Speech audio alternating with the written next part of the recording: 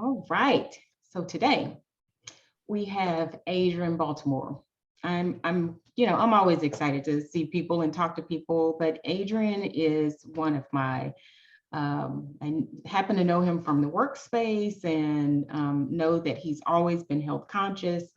And I just think he has a really fascinating story that most of us can learn from. So Adrian, welcome. And just tell us a little bit more about who you are and where you're from. Thank you. First of all, good morning. Well, I'm Adrian Baltimore. I'm from Mississippi, a little small town called Rolling Fork, uh, deep down in the country. It's about an hour and a half outside of Jackson. Most people know Jackson, so I just say Jackson sometimes, but it's definitely not Jackson for sure. uh, no red lights, no grocery stores, no nothing. We have like corner stores, to buy your produce or whatever. But I was in the military for 15 years. I was stationed in DC, Washington, DC at Walter Reed Army Medical Center. I did a tour in Iraq for 2 years. I was married prior, had one amazing son, which is Adrian Baltimore. Once I transitioned out of the military, I started working at Parkland Hospital at about 2010, 2011. And I'm coming up on my 11-year anniversary at Parkland in about 2 weeks, actually. So that's just a little snapshot of my background.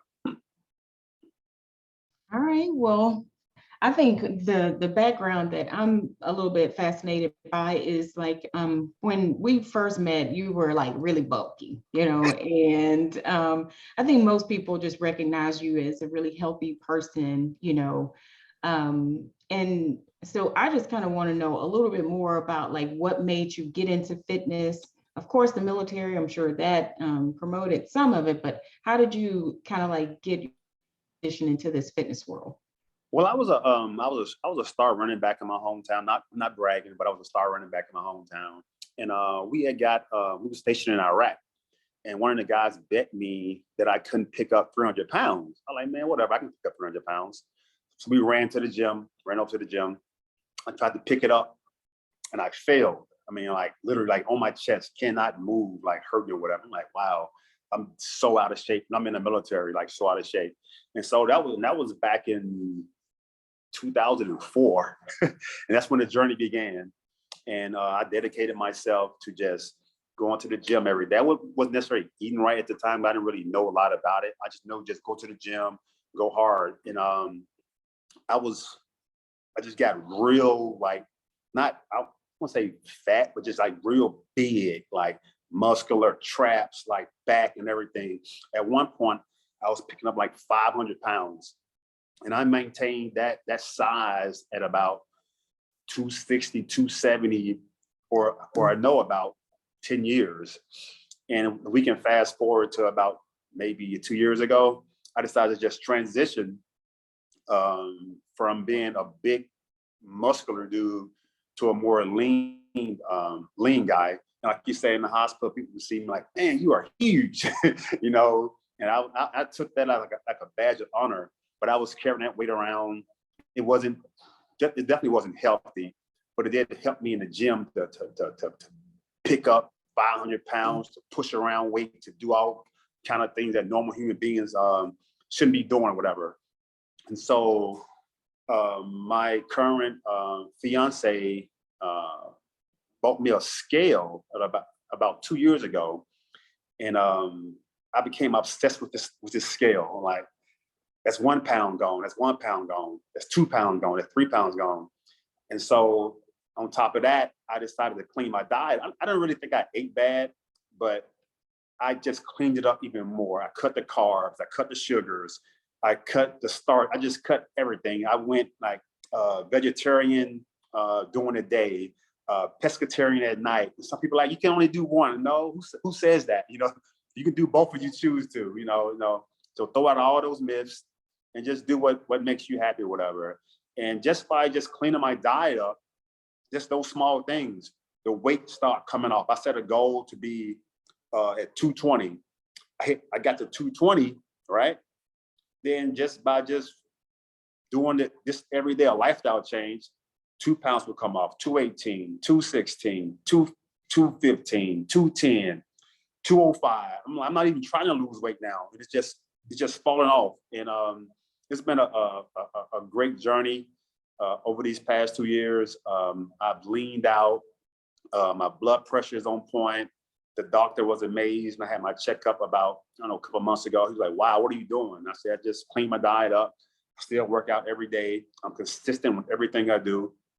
But yeah, that's the journey in a nutshell.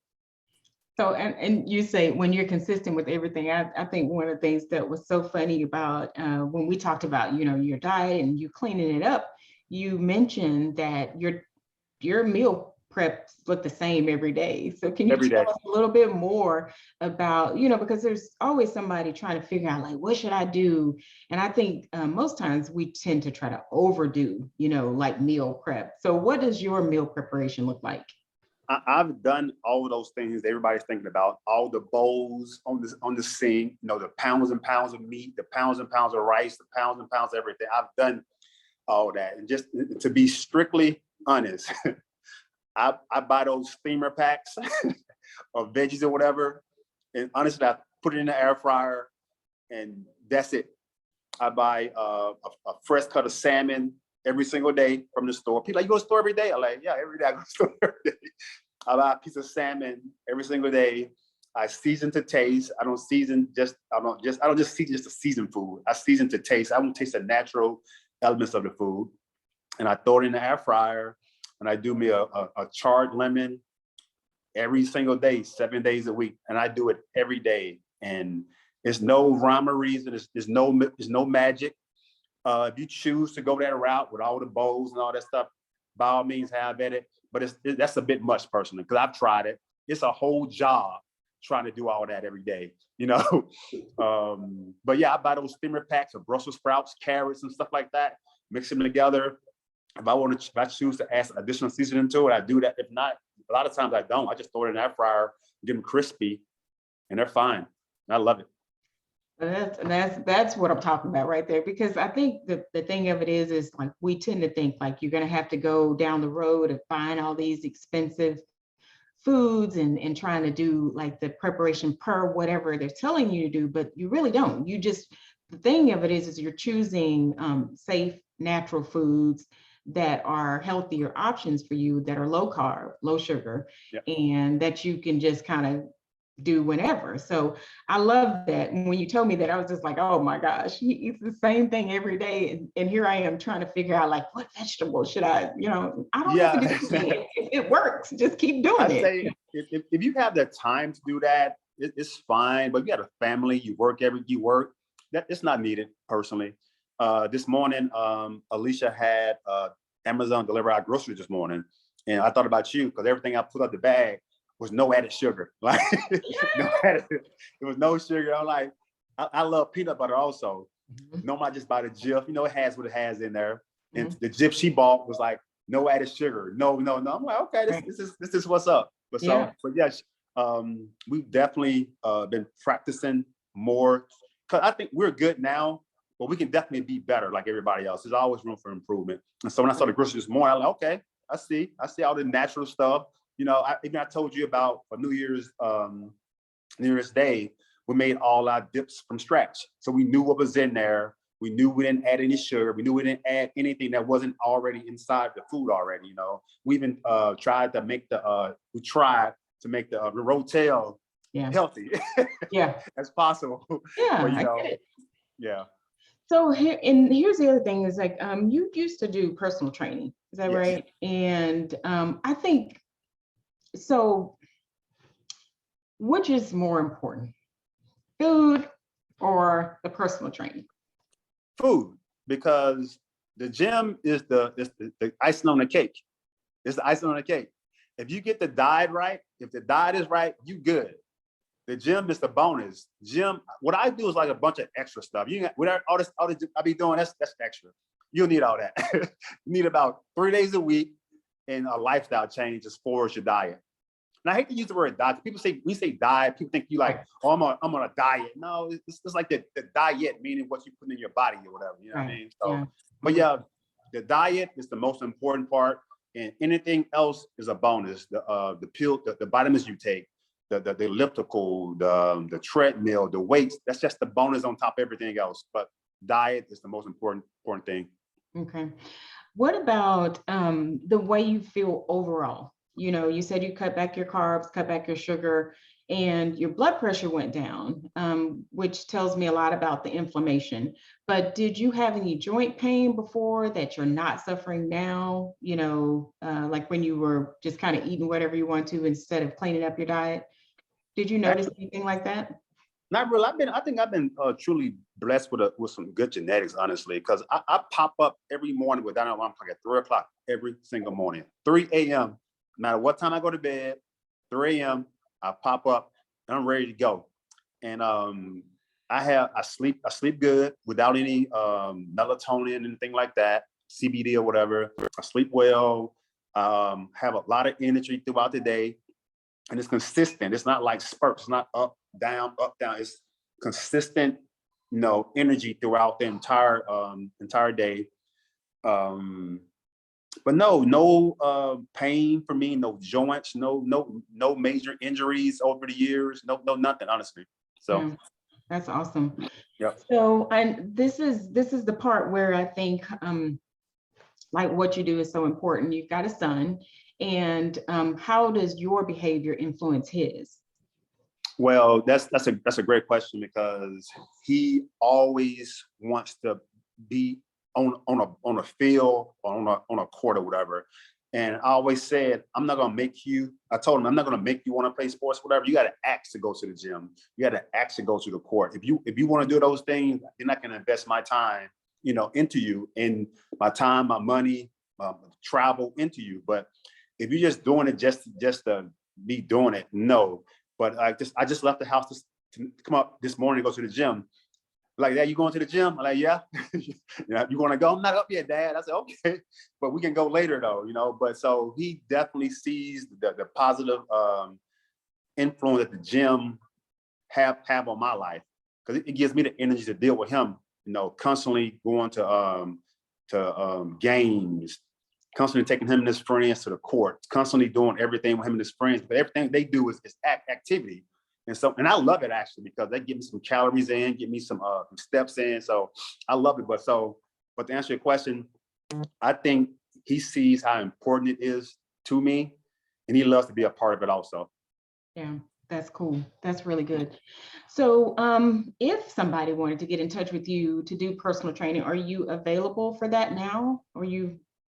I stopped. I just started my first client on Monday, but I stopped because I got burnt out.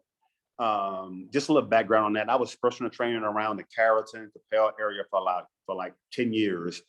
And I had a big following, and it became such a burden, because I mostly trained young ladies, and it came a burden on me, because they thought, like, just being honest, I was like their second boyfriend or something. They were like, they knew what time I get up in the morning, right?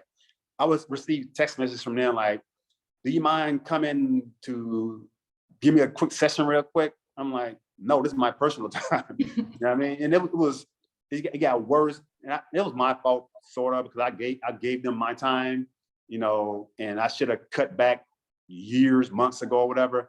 But it became such a burden on me. I would train clients in Carrollton at 6. Then I would go to Louisville. That's maybe 7:30. Then from Louisville, I had to be in Dallas at a 9:15, 9:30 session. So it just became, I did that for years without telling people no. It was always yes, yes, yes, yes, yes, yes. And it just became a burden. I was tired all the time. I can't get my workouts in properly, because I'm dealing with other people. And so I got lucky. I was blessed, actually, about 3 or 4 years ago, to get a contract at my apartment complex as a personal trainer. So it was much easier for me to just go downstairs, have people come to me and train in one particular a section or session or whatever. And that was fine for about, I don't know, 2 years or whatever. But then the people from the complex stopped coming. You know, people just lost interest. And I thought, am I doing something wrong? I'm like, I don't think I am, but I just people just didn't want to work out anymore for whatever reason. You know, I get one or two people in, you know, here and there, whatever. Which, like I say, it made me feel bad. I thought I was doing something wrong, but just find out people just wasn't into it anymore. And then I lost desire because people didn't say that they had the same passion that I had. You know, and so once that contract ended, I was like, I'm done. I just focus on myself. That's what I've been doing for the past few years. And a young lady hit me up a couple of weeks ago and asked me to train her. I was like, I don't know. And I did. I took her on this past Monday, and it went real well. So we'll see if I get back into it. Yeah, well, that's awesome. I think too, just honestly, Adrian, just being a model is important. You know what I'm saying? Like just seeing you, and then we have those conversations about health and, you know, like maybe exercises that might be appropriate for age and injuries and stuff. I just think you're really cool and easy to approach about health, you know, Yeah. because some people are just like, they automatically cut you off. There's no, you know, like I'm at work or whatever it is. They don't have time to share like what works for them, but you always seem so willing to share, you know, your health journey. And I think that's incredible and inspirational, you know? Yes. So I appreciate you sharing. Is there, do you want to share any of your social media information? I'm not big on Facebook, but I do have Instagram, which is the Baltimore 32. Real simple, just spell it THE, Baltimore like the city, then the number 32. Okay. And to piggyback on what you said a minute ago, I love being an inspiration for people. I love helping people. I love giving them just tools to try to succeed, you know. A lot of times people overthink things, but sometimes it's just as simple as just, you know, when you're in the store, not buying that bag of potato chips, not just you can save some money, you know. That's $4 off the bill, you know, just by not picking up that bag of chips or that Coca-Cola, you know, things like that. But I enjoy it. I love helping people. I love helping myself also. It benefits me also. But yeah, and most important thing is my son, really, him looking up to me and being a positive influence on him and seeing me wanting to help people, help others or whatever. So. Yeah. Well, I appreciate it. You know, you're super cool, and you know, I love Miss Alicia. So Yeah. it's just both of you together, just like, okay, this Bunny and Clyde, here y'all go. Yeah.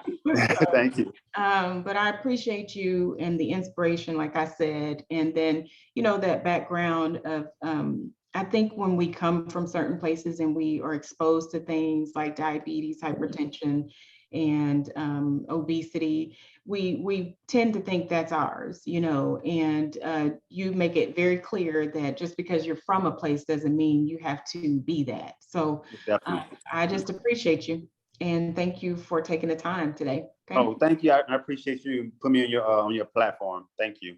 Okay. All right. Yeah. All right. Thank you.